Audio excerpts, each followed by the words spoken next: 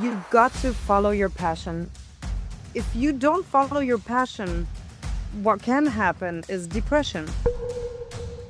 Because you're not following your heart's desire.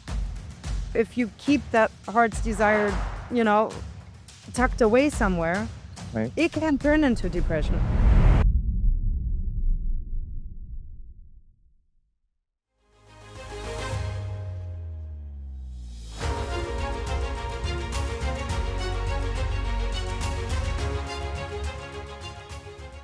This episode is brought to you by the Arts Council for Monterey County.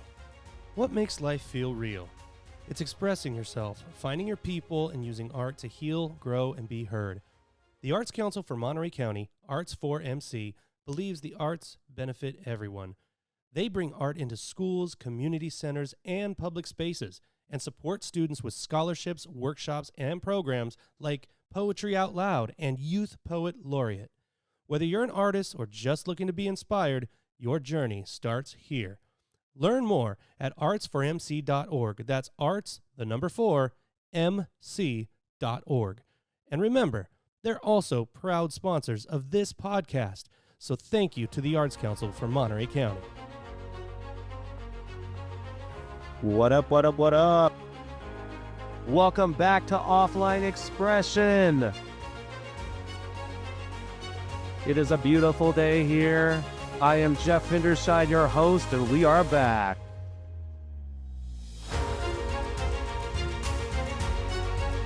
Today, my amazing youth ambassador and co-host, Victoria Jones, is in school. She has to be. It's the law. So we're going to let that happen. But fear not, my friends, we are not alone. I am joined by an incredible guest, Natalie Lund. Natalie, please say hello to the people. Hi, everybody. How are you? I'm great. Great. Really good. Yeah. Before we started recording, we started talking a little bit about location, so I hate to be redundant, but I really think it's cool. You tell us where you are and why you're there. So at the moment, I'm in a very, very small town in the middle of Portugal. I had to leave Berlin because my mental health was suffering. Everything was suffering. So I just packed my vintage car, chucked my dog in, and drove down for 2 weeks, watching, looking at beautiful scenery, beautiful towns on the way down. Got here, got myself a little house with a garden. It's been 10 months and patched up some relationship, deepened some relationships, got my nervous system back into balance, and now I miss my friends. So I'm ready to go to Berlin, back to Berlin. Ready to go back.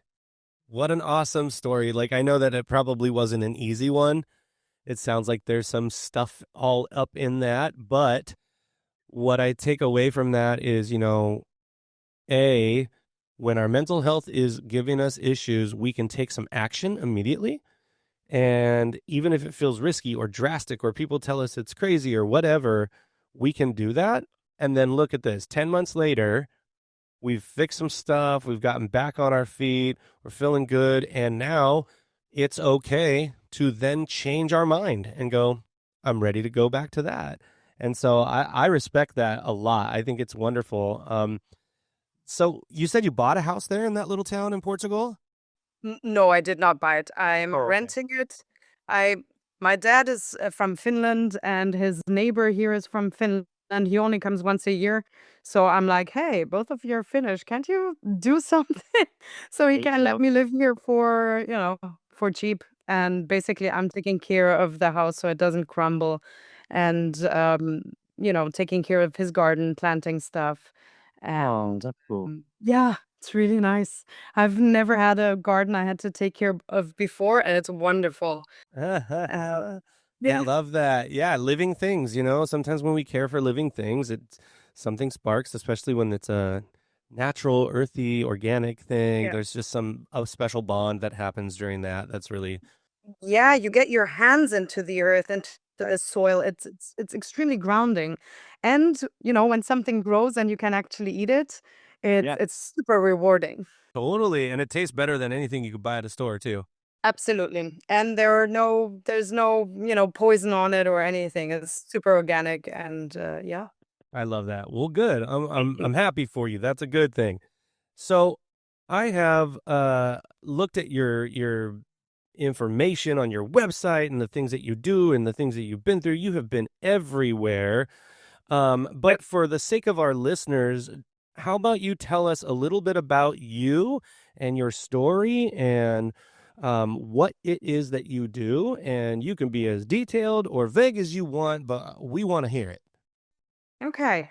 So I was born in Brazil. My dad's family are Finnish from the Swedish minority, just to confuse it a bit more. And my mother is from German family. They both grew up in Brazil, got married, studied in the US, came back to Brazil, where my brother and I were born. My brother is about a year and a couple of months older than me, so very close in age. We moved a lot. My dad's an architect, so since I'm a small child, every time a project was done, projects usually, take between a year and a half and 3 years, we'd move. So we'd move from Brazil to Germany, to Paris, to Hong Kong, back to Brazil, back to Germany. So I've been in tons of different schools. I was always the odd one out, always the new one, the different one, the smallest one, the youngest one. So um that Uphill had an battle every impact. step of the way, huh? Yeah, it had an impact on my life. One thing I found out, I started smoking because of the move and needing to, fit in, needing to have um, a community, right? So Mhm. that was in hypnosis. I found that out, but one of the reasons for that. I then, as I studied performing arts after high school, wanted to work as a performing artist. I've always wanted to be a rock star my whole life. It was, I'm going to be a rock star. I listened to rock and heavy metal, so wanted to be a rock star. Yeah, Yes. exactly. Love it. And then perchance went to Dubai, fell in love with a guy, stayed in Dubai, separated, met someone else, moved to Australia, got married, moved to Hong Kong. Then from Hong Kong, I went to India, did the yoga teacher training. From there, I went to New York, did New York Film Academy. So I'm a stage kid. I actually went and did some learning of acting differences for film is it's completely different, right? Completely different, yeah. Production is different. So did that. Then I was sitting in New York going, what do I do with my life? I was 32. I then decided to move to Berlin. So I lived in Berlin. I started working in tech because I'm a people person. I love working with people. So my boss actually she saw that I worked in Hong Kong as a kindergarten teacher. And she's like, yo, if she can handle kids, she can handle anything. So she got me to work and organize tech conferences where obviously I once in a while got a microphone in my hand and on these big stages.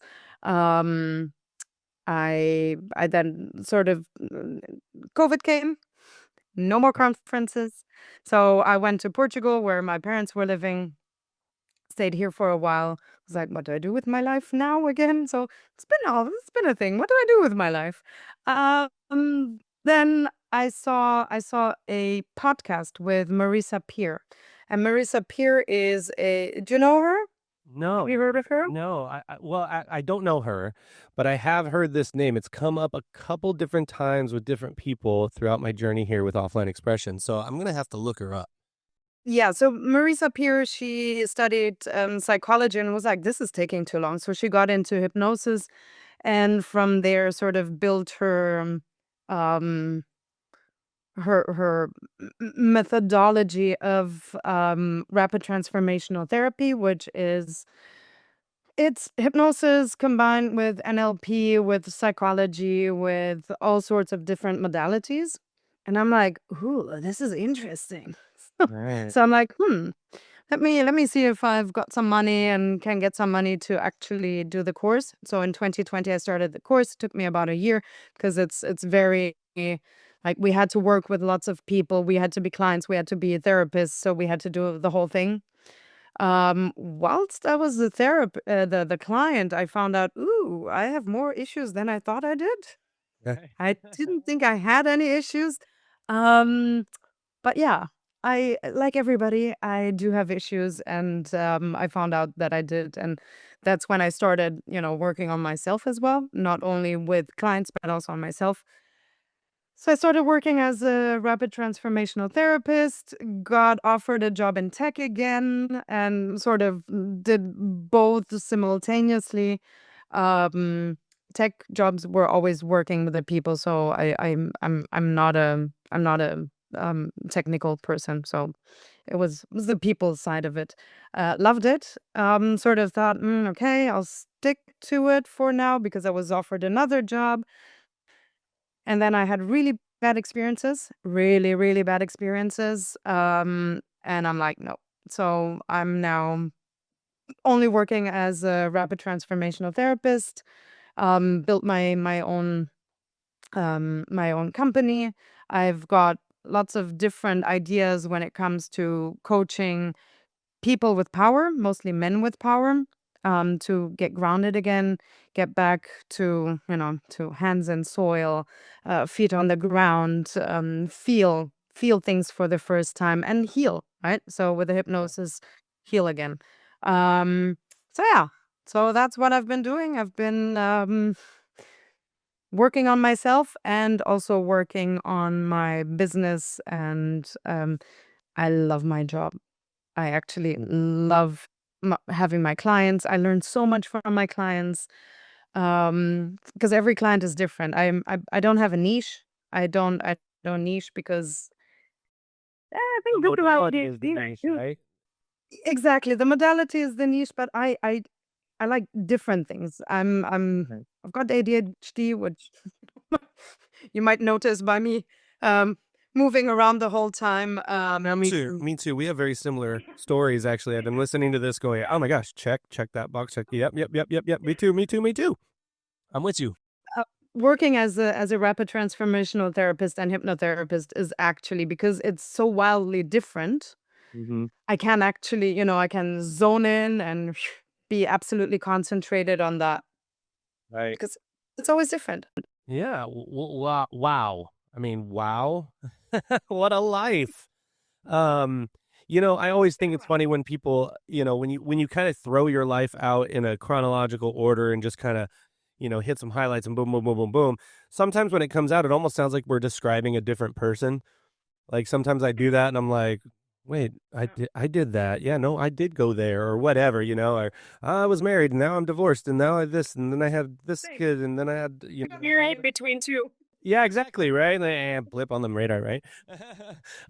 But also, what incredible amount of different cultures that you've lived amongst, going, being born in Brazil and then being in so many different parts of Europe and Asia. Like, there's just so many different cultures involved in that list that you laid out. And one of the things that um, I think is really kind of unique and special about that is the fact that so many people might have similar experiences with the other stuff, but are in their bubble, and they don't really understand, the other pieces, how human beings are a species of animal and we're everywhere, but we're all very different depending on the tribe that we're in and the culture we're raised in and the way that our society and that nation runs and all that kind of stuff. So having that experience has got to be um, really, really helpful with the business that you run because you have firsthand knowledge and understanding of almost any, cultural background and walk of life, which probably is a really great way to connect with your clients. Well, and if I don't, I have the openness to actually listen to people. So I think that's the most important thing, is to listen. Right.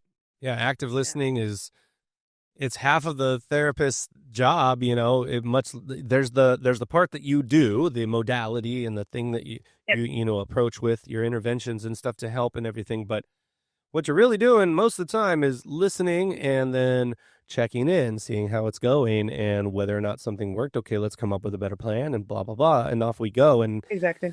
people, it's amazing how successful people can be when they have somebody that's like a neutral third party they can offload some stuff to, and then get a little bit of advice, try something out, and then be held accountable for how did it go. And so Exactly. that process really is it's kind of underestimated sometimes. I think people think, oh, therapy, if you've grown up with the stigma, right, and you're like, I'm not weak, I don't need to talk to anybody about my feelings and blah blah blah, and it's No, like, no no no no no no no. I kept hearing, I'm not crazy. I don't need therapy, right? Yes. We all need The C therapy. word, the real C word. Yeah. Yeah. I know. I tell my students all the time, I'm like, listen, there's some words that get thrown around quite a bit these days, and you really got to cut them out of your vocabulary because we're using them irresponsibly. One of the things, it always makes my college freshmen start laughing when I say this, but I'm like, how often have you called someone a psycho? And they're like, and I'm like, don't do that. Psychopathy Yeah. is not a joke. It's so dangerous and scary. And like, if you're saying you're a psychopath, that is so irresponsible. You shouldn't be saying that when you're calling people crazy or self-diagnosing, right? Like, oh, I have anxiety and I have like depression and stuff. It's like, okay, well, maybe you had an anxious episode. Maybe you had a depressive episode. We can talk about what's going on there, but there's a whole list of criteria that has to happen in the DSM-5 to be diagnosed with something like that. And usually when you're not broadcasting it. You're not telling everybody, I have anxiety, I'm depressed. You're not doing that. You're feeling it instead. So, Absolutely. yeah. I mean, having depressive bouts once in a while, normal. If it's a Sure. couple, up to a few days, absolutely. We all have that. I'm a woman in perimenopause. I started perimenopause with this crazy um feel these literally crazy feelings and crazy thoughts and Yeah. suddenly anxiety was there and I'm like, where does this come from? Yep. I know lots of women going through that are like, I don't feel like myself. And that is terrifying. It doesn't mean that you're like something's necessarily wrong per se, but it still doesn't feel good. Got to get that under control, right? I got to know, what do I need to do? What do I have to go through or whatever? So, yeah, that's totally understandable, especially when, like you said, when you feel crazy, right? Like now we're using the word correctly because things don't feel the same as they've felt my entire life. My thoughts are different. My actions, my behaviors, the way my body physically feels, and that is something wrong with me is a very normal worry to have when those things are occurring. So I totally get that. Yeah. So But then also just yeah, go ahead. the part. Sorry. No, I was just going to say that it's also this anxious bouts or depressed Right. bouts. It's just a part. It's not that I'm depressed or I have anxiety. It was just bouts of these feelings. Right. And that is exactly what we were just that's the nail in the head, right? Like what we can study is episodes. Did you have a depressive episode? All right, like you said, everybody does sometimes. Sometimes life's really stressful and hard, and we don't know how we're going to figure stuff out. Sure, you might have an anxious episode, a little bit of panic going on, or even the depressive part. You lose people in life, grief. You might have some depressive episodes for that. But if we're talking 30 days, more than, things are going on every other day for a month or so, and some other stuff going on, we might need to look into something more serious. So You might ask to, get help. exactly. And we recommend that you do, by the way. People out there listening, definitely get that help. It's worth it. Absolutely. So I wanted to kind of backtrack a little bit and talk to you about your time in the arts and like your film studies and your New York experience, because one of the reasons we started this podcast was to talk about how the digital world is so overwhelming now for all these generations that are coming up through it with screens from the minute they're able to use their eyeballs, and how we're seeing that spike in all the serious symptoms of these mental health issues. But we also talked about how the arts are a great antidote for that, like how they immediately can fight some of that, those symptoms because of the way you use a different part of the brain and the way creativity works and the vulnerability of artistic expression and stuff. So, you talked about some of the things that had an impact on your life and trauma and ADHD and things of this nature. So, how did the arts impact your life in either way? Was it a great thing? Was it helpful? Was it like, oh, actually, that derailed me? What was that experience for you? So, have growing up with ADHD in the 80s, nobody really knew about what it was, and specifically not for girls, right? Yeah. So there might have been some hyper boys, but hyper girls, oof, what's that? Well, I was that hyper girl. Um, We would have got along great. and my parents, they, sorry? I said we would have got along great back then Yeah. because I was exactly the same, or we would have been mortal enemies. One of the two. There was a black or white. No, I tend to attract neurospicy people, so we would have gotten along great. Spicy. I love that.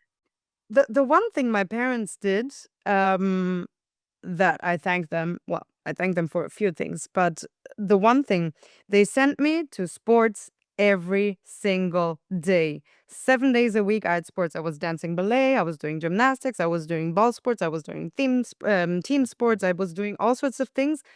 And to also learn how to focus, I was allowed to choose an instrument. I chose the violin, so I played violin. And I always sang. My dad's a pianist. There was always music at home. There was always a microphone next to the piano.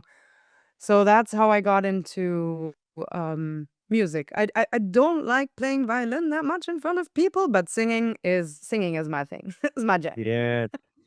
So we always had that. So when I was 5, I went to New York. I saw Phantom of the Opera, and I was like, oh my God, I want to be this. I want to be Christine. Wow, what an impact that must have been. That chandelier must have blown your mind at 5. It was amazing. And in front of the theater, there was a woman singing Tina Turner songs. I love Tina Turner. So I was like, this is amazing. These people are amazing. I want to be like this. Right? So I ended up doing like a workshop from a musical school in Hamburg.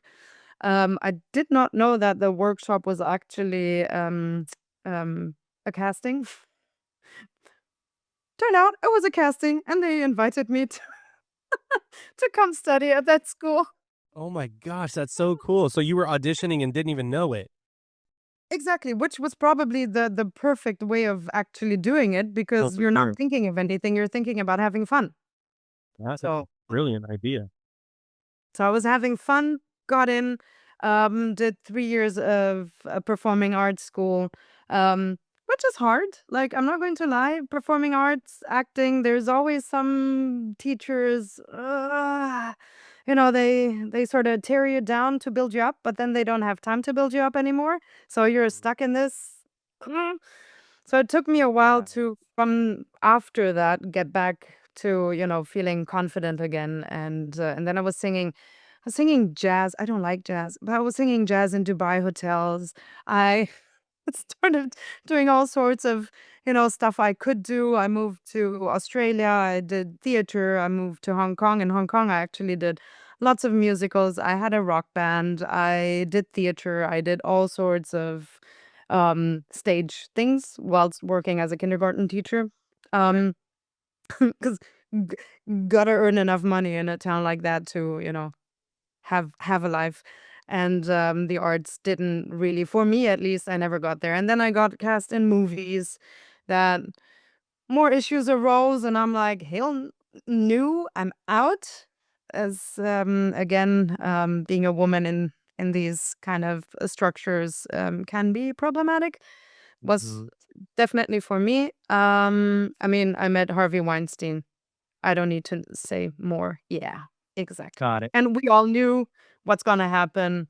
So that was that kind of thing. Yeah, so I always so the arts the stage, I always wanted to be famous. Now I know why.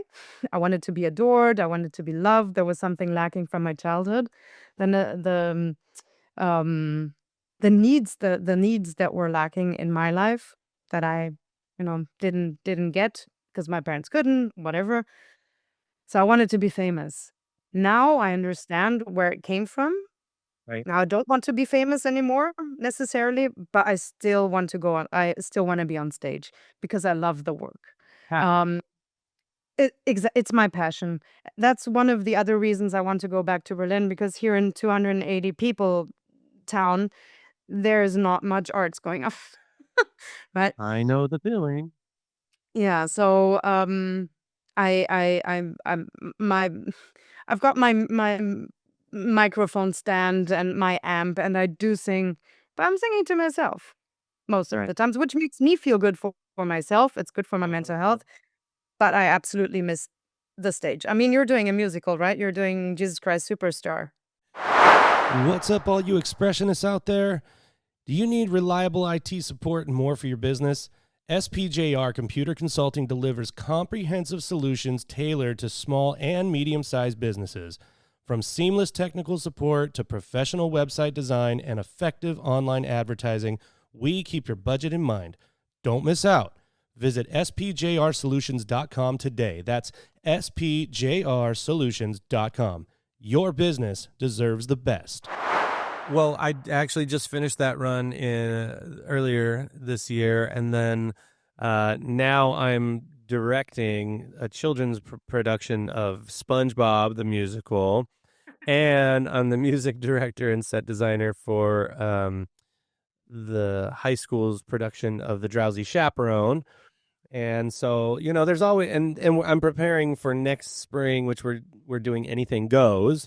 So I'm just like you in the sense that, there was a time when it was all about being famous and adored and all those things. I just wrote a book that's going to be coming out in the next couple of months that is specifically about almost every single thing you're talking about, which is crazy to me.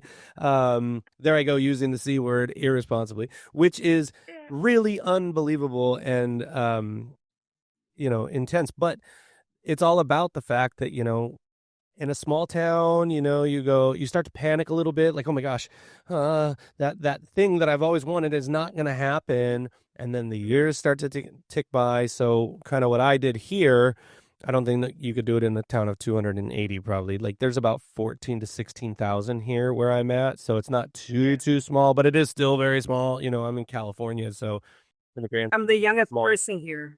Oh my gosh. So yeah, with here, I just decided, you know what? I'm just going to start and build it myself. So a friend of mine and I started a children's musical theater program back in 2010 and started building it and building it and building it and building it with other people. Now, there's been a lot of people helping along the way. You can't do it by yourself. But now we have programs of our own, specifically because I had to come to terms with the fact that New York ain't happening and LA ain't happening. And so just create it right here and fulfill yourself with your own passion. You got to feed your fire. You got to follow your passion. You need to. If you don't follow your passion, what can happen is depression, That's right. because you're not following your heart's desire, right? Your passion is your heart's desire. And if you keep that heart's desire, tucked away somewhere, Right. it can turn into depression. I'm not saying it will always, but it can turn to depression. So Oh, 100%. That's what my book talks about. It's the fact that you can be both. People in the digital world now are stifled because they're afraid to make the choice that makes them happy for fear of all the people out there that are going to say, no, no, no, no, no, no, no, no, no, no, no, no, no. So they fit themselves into the box that people want them to be in, and then they start to die inside. And all of a sudden, one day, things hurt and you're not feeling good. And it's because there's this lack of acceptance for who you are and what you love in this attempt to fit into the social constructs of the social psychology world of who everybody wants you to be. And yeah, people are feeling that big time right now, especially when you have unlimited access to everything. or Yeah. yeah, Exactly. The generations before that didn't have the chance to actually do what they want to do. We have the chance to actually do what we want to do if we're privileged enough, or you know, I am super privileged that I can actually start Well, yeah. everything in my car and go. It's a double-edged sword, right? Like I tell kids all the time, you can't say, I have nothing to do because you have a phone in your hand, but at the same time, you can learn how to play an instrument or speak a language on YouTube. You can learn how to change the oil in your car. You can learn how to build things. You can learn almost anything you want at any moment right now, and that is an incredible piece of modern technology. But we tend to avoid that side and go to the irresponsible use of the modern technology. It's easier. It takes zero effort. Zero. Yeah, Thank you. we tend to do what's easier, right? Humans yeah. in general. What Evan said, he said like YouTube, you can learn anything, right? Yep. I'm here in this town. I'm not doing much acting work or anything, but one thing that I have been getting into is cooking, because cool. cooking can be so creative. Yeah. Like, none of my family like cooking from the older generations, and we young people, we all learned how to cook because we like eating good food.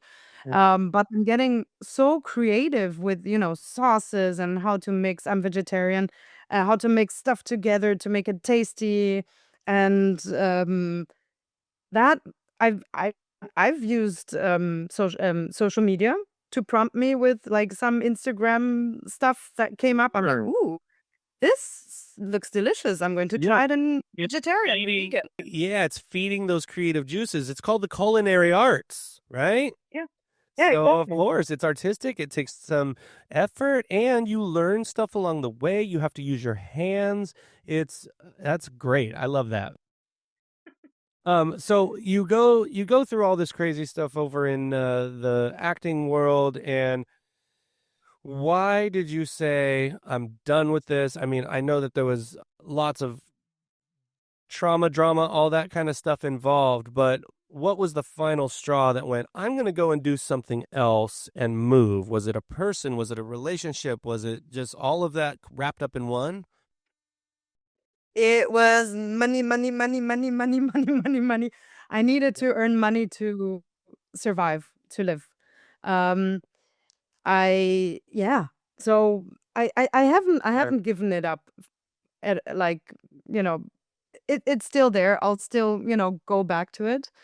But I needed to survive. I needed to find a job that actually pays, rent, um, the utility bills, my food, my dog, my life. I love traveling, so that's basically I spent my money on on food and traveling, Right. um, and concerts and heavy metal concerts, obviously.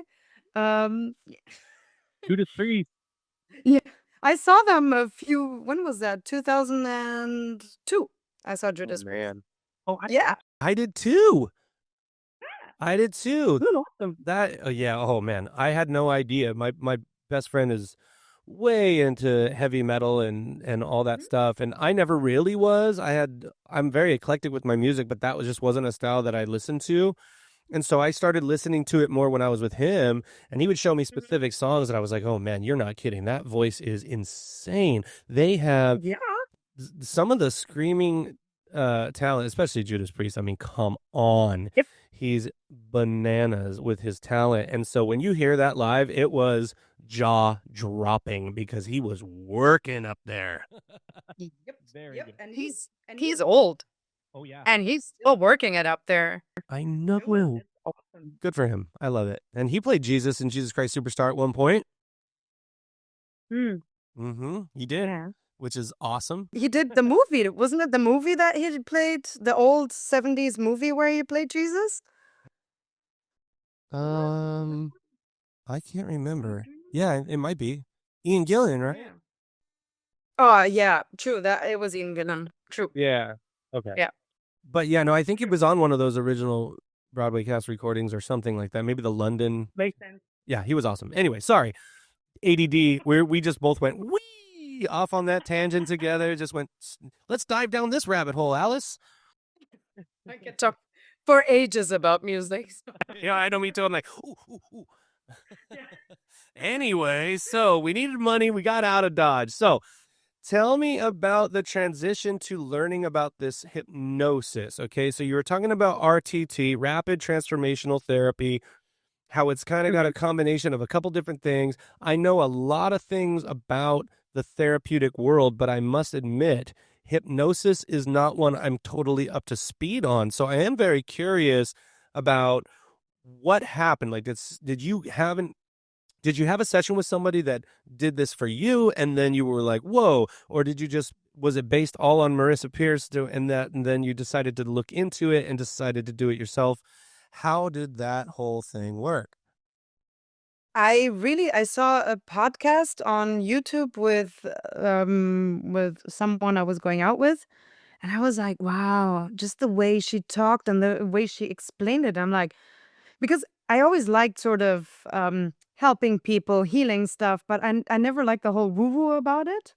So, like energetic healing, I love it. But I never wanted to work in the woo-woo side of the healing. Um, so hypnosis to me was like, okay, this is scientific, right? It's you've got Harvard writing about it. You've got all these Ivy League schools, actually Harvard Medicine, writing about hypnosis. You go to Google Scholar, you can look it up. It's like wow, like people don't like needles, go to the dentist, get hypnotized so they don't feel it. And Right. it became like a normal thing, and I'm like, wow, this is awesome. And seeing her talk about it, and me at that moment not feeling that great about myself because I lost my job and I love that job. I started feeling better. I've started feeling better about myself. She has the whole thing about you are enough. So she has a book called You Are Enough.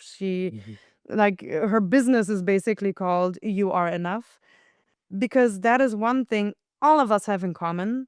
We all feel at one point or another that we are not enough. Yep. A baby that is born knows that it is enough. So the idea is to go back to that blueprint, before, to feeling enough before the world told you that it's not like that. You're not enough, or you're different, or that's not available to you. So when the world started telling you different things, Yep. we go back to this blueprint of feeling enough. Yep. And I was so mesmerized by that idea of, if you tell yourself lies all the time, like, I'm not good enough, I'm not pretty enough, I'm not smart enough, you're basically telling yourself lies. And she's like, yeah, tell yourself better lies. You know? If you're going to tell yourself lies, tell yourself better lies. Tell yourself you are enough, you're smart, you're beautiful, you're worthy of love, you're lovable, all these things. And your mind doesn't know what's real or what's Well, no, your mind has those absolute value lines on each side of things. When your subconscious is saying something, it's why when people are like, "Oh gosh, I hope I don't trip on the stairs when I'm walking up there to get my diploma," and then sure enough, they trip on the stairs because their mind doesn't know we weren't supposed to do that. It just knows trip on stairs, and so that's what we focus on, and that's what we do. I agree. exactly.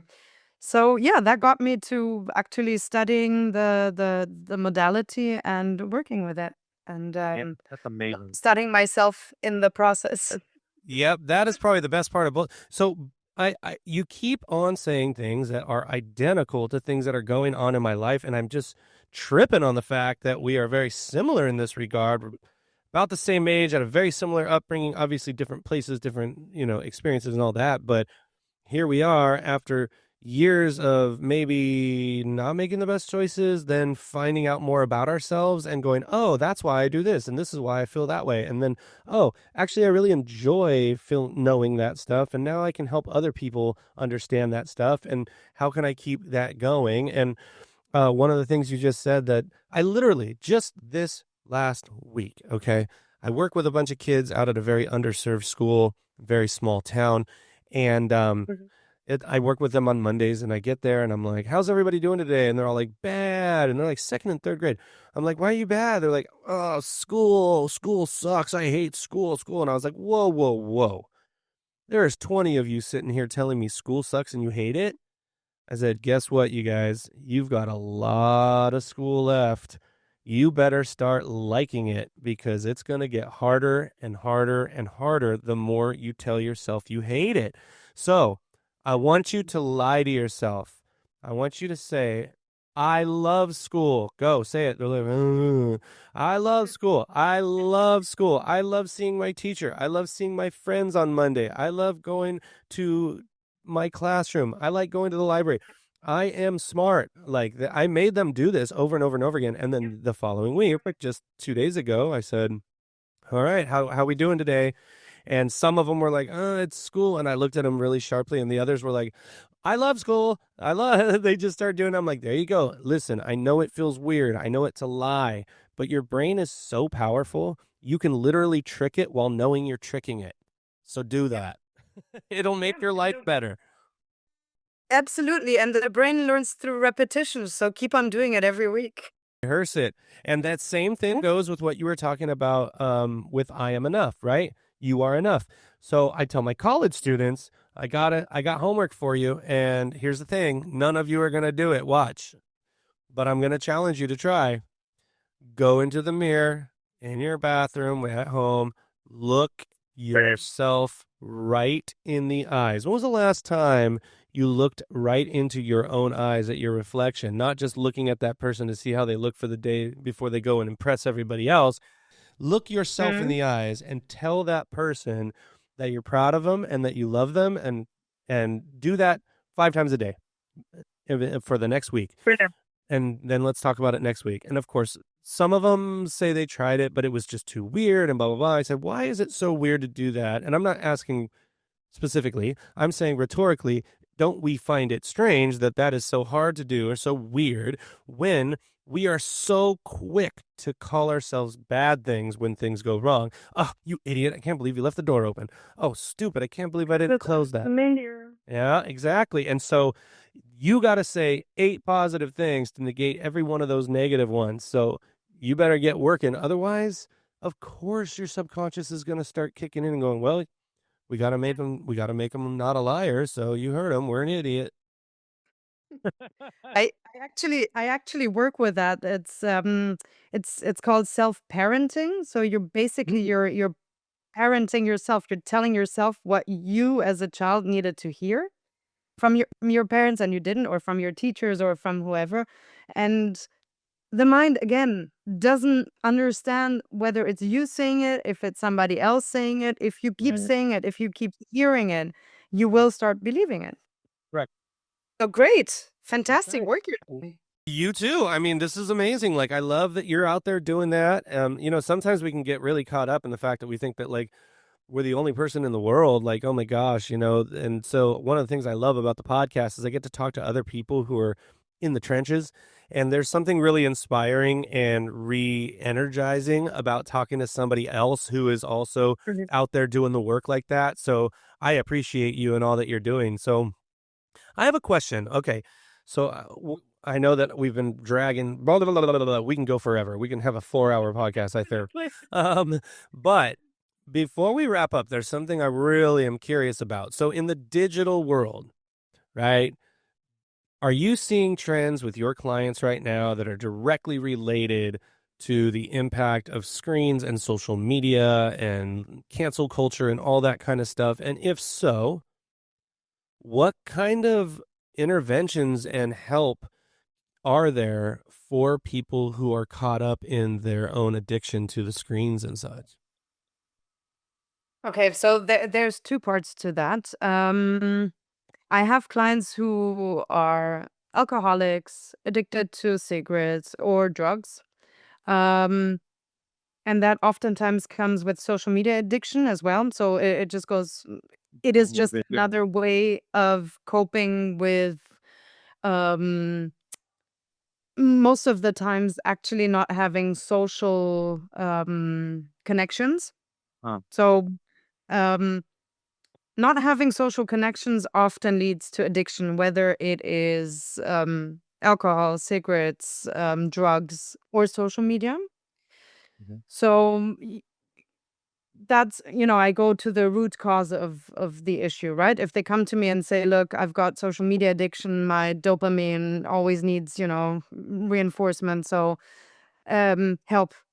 I'll go, okay, so what happened in your childhood that triggered that to start with, right? What's the root cause of this issue Right. that started, smoking, drinking, drugs, and now social media? Because it's usually the same thing, right? Right. Yeah, it's dopamine. Give me It's that dopamine. I want all of it and I give want me it that now. dopamine. People with ADHD, even more so with the whole dopamine thing, right? So it's the food, it's the food addiction, same. So it's the food, it's the Pornography, it's the social media, it's the attention, it's the conversation, it's everything that could possibly give you that high. exactly. Exactly. So we go to the root cause of it, and then usually it sort of disintegrates because you took well, together with the client, we took away that belief, right? Took it out. And in hypnosis, in when your subconscious mind is, suggestible, we put in good suggestions. So, it's not even to completely stop social media or whatever, Balance, right? but it's about balance. Okay, smoking, drugs, alcohol, smoking drugs is more like a I want to quit. It's got to go. Yeah, it's got to. It's hurting you on every level, physical, cognitively, all of it. Exactly. And so we have that. On the other hand, we have these insecurities, especially I've mostly had women clients that have this I'm not good enough, I'm not pretty enough, I'm not whatever, and social media and the whole filters and this whole non-existent or life that other people lead that you see, Mhm. which is usually not the life that people really, they just show like the most beautiful part or, Right. whatever they want to show. Yeah. And that triggers in them again an old wound, an old belief. So it's not necessarily the social media, but the social Right. media is enhancing that. So the Right. the root cause, the belief is in childhood. Usually it's in childhood. Like, Yep. Oh yeah. oh my I God. hear you. I've had a client that had one issue that sort of developed when she was in her 20s, but most of them are in childhood because Oh, for kids sure. don't Kids kids think until they're like 5, 6, 7, they don't understand the outer world, so they think everything revolves around them. So if mommy and daddy are fighting, it's their fault. And then they learn Like, yeah. hopelessness and helplessness. Exactly. So that's when a lot of things, even if the parents, were brilliant parents, it can happen, Oh that yeah. you misunderstand as a child, and then you have this belief in you, and you take this belief to when you're, up to when you're 50, where you're like, I'm not good enough, I'm not lovable. How can somebody love me if, not even my parents love me because of this one instant? So Yeah. getting that belief out and then filling that space with, better beliefs, better suggestions. I love it. Yeah, you got to counter those catastrophic negative thoughts that you know they're not founded in reality. They're not real. They're not true. Is that really true? No. Let's say something that's true, right? And so Yeah. oftentimes people will walk right to it and realize, oh yeah, I guess this is more true. Um, oh, Natalie, you are just quite the light. I'm so grateful that you reached out and we were able to have a conversation. And I would love to have a follow up sometime and talk more about the work that you do with hypnosis and your clients. But right now, it sounds like you're getting ready to move back to Berlin, and I'm excited for you for that. That's fine. I just drive, it's takes How me far is a that lot drive? more than normal, but sorry? How far is that drive? So it's 3,650 kilometers. I don't know what that's in miles. No clue. It's probably 1,000 eight 800, something like that. like Yeah, 100. it's a little more than half. Yeah. Yeah. But my car is an old vintage car. It's a Citroen 2CV, so it doesn't drive that fast. Oh my gosh. So how long will it take you to get there? So it took me 2 weeks to get here, but I took it really slowly. I went through France and the Champagne, and then I stayed 2 nights in a town because it was so pretty. And then I continued down, and then I was like, oh, I'm in the Pyrenees, and oh, it's getting cold. My car's not made for this. And I'm like, ooh, let's drive a bit faster. Get to Spain, and then, southern Spain, which is amazing and so beautiful with the architecture. And yeah. That's And quite a then beautiful road trip. I mean, yes, you're moving, but also, I mean, I have thought about it my whole life. Like, I want to go to Spain, I want to go to Italy, I want to see France, I want to see all these places. I have had the luxury of going to England and Ireland, and it was so beautiful. I want to go back, but Yep. man, that is amazing. So if I drive that far, I would end up probably on the East Coast, so I can get from California all the way to New York in those 2 weeks. But Yep.